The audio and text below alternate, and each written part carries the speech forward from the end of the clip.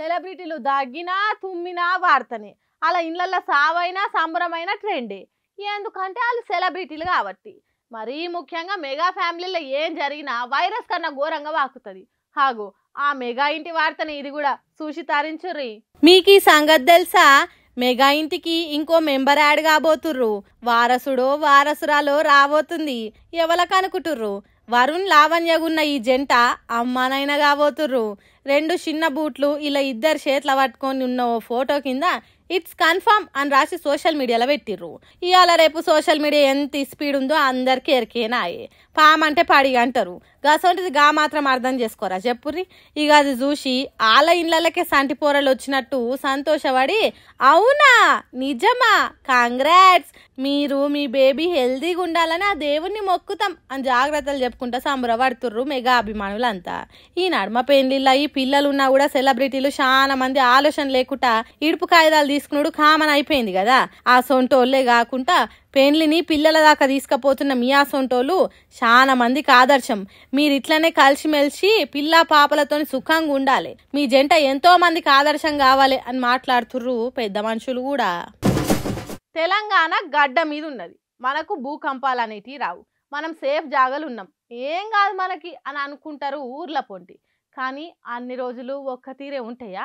భూమి మీద బరువు రోజు రోజుకు పెరుగుతలేదా? అందుకే కావచ్చు తెలంగాణ భూమి కొద్దిగా ఒల్లిడ్చుకున్నట్టు చేసినందుకు ఎట్లయిందో చూడండి. చూసిండ్రా ఎట్లా భూమి అదిలిందో? మన పక్కకే పెద్ద గుండొచ్చి పడితే ఎట్లా భూమి కదిలినట్టు అవుతుందో అట్లా అయింది. ఇండ్లల్లో చిన్న చిన్న వస్తువులు శిమకాలంతా కదిలినాయి. ఉత్తా కూర్చున్నోళ్ళు హగో ఎవరో ఎక్కడి నుంచి నెట్టేసిండ్రు అన్నట్టు పరిశాన అయినరట. ఉత్తర తెలంగాణ జిల్లాలు అంటే పాత కరీంనగర్ ఆదిలాబాద్ జిల్లాలల్లా 2 సెకండ్ల సేపు భూమి అదిరినట్టు అయిందట. రెక్టార్ స్కేలు మీద ఈ భూకంపం 3.2 రికార్డ్ అయిందట. అంటే అప్పుడప్పుడు లిఫ్ట్లో పోతుంటే ఏదో కదిలిచ్చినట్టు అవుతుంది కదా, ఆగో అట్లనే అయ్యేంత భూకంపం అన్నమాట.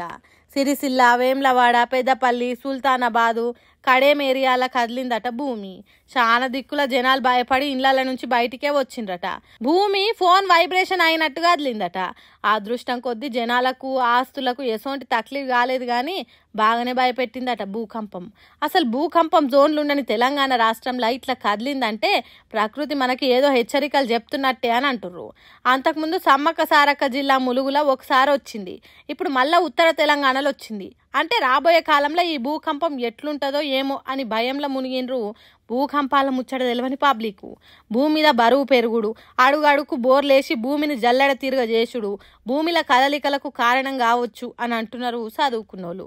ఎప్పుడు భూమి కదిలినట్టు అనిపించినా ఇండ్ల నుంచి బయటికి రావాలని చెప్తున్నారు. ఏమంటున్నాం పైలమ్మలా?